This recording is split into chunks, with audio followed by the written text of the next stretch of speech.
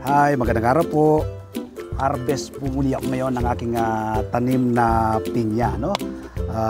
Nitong last week po ang in-harvest ko yung isang hinog. So ngayon, ito, hinog na naman po ito. No? Hinog na naman po yan. So,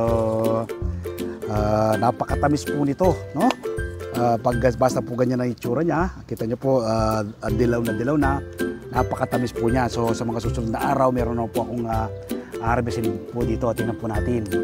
So ito po yung ating harvestin ngayon, ano? Ito, last week po ito yung aking in-harvest. Yan. Tapos sa susunod na linggo, yan naman po yung aking mga harvestan, ano? Yan. Nakatanim lang po yan sa mga bote ng mineral water. Wala po kayong enough space, gusto magtanim ng pinya, pwede po, ano, sa mga bote ng mineral water tulad po ng aking ginagawa. Kahit sa Metro Manila po kayo nakatira, ay pwede po kayong magtanim ng pinya. Ito po yung ating harvestin. Gamit po itong ating cutter na to. Ano lang po natin. Ayan. Ito. Ayan. Pakatamis po nito, no? Ayan. Ayan. Ating pang-harvest na pinya. So ito po, no? Ating bagong harvest na pinya, no? Tama-tama po ito, no? Kakain tayo maya-maya. Ito po yung ating gagamiting pang-imagas, no?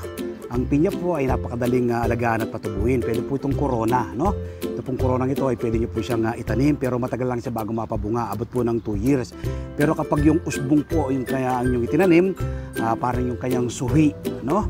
Yun po, within a year ay pwede mo na siyang mapabunga. So ano po bang makukuha po ninyo kapag kayo nagtatanim ng sariling pagkain tulad po ng pinya at iba pang fruit-bearing trees at mga green leafy vegetables? Una po, makakatipid ka. Pangalawa, masustansyang pagsasalwa ng buong pamilya. At pangatlo, makakatulong ka sa pagpreserba sa ating inang kalikasan. Lagi ko po sinasabi, food security starts at home. Nagawa ko po itong ganitong pagtatanim, magagawa rin po ninyo, ano? Ako po, gaya ng palagi kong sinasabi, marami po kong tanim na gulay at prutas at iba pang mga fruit-bearing trees, ano? Pero patuloy pa po akong nagtatanim. Ako po kasi naniniwala ang pagkakaroon ng seguridad ng pagkain dapat magsimula sa ating mga tahanan. Food security starts at home. Milyon-milyon ngayon ang nagugutom. Maraming kabataan ang dumaranas ng malnutrisyon. Ito po ang aking nakikitang solusyon, ang pagtatanim ng ating sariling pagkain.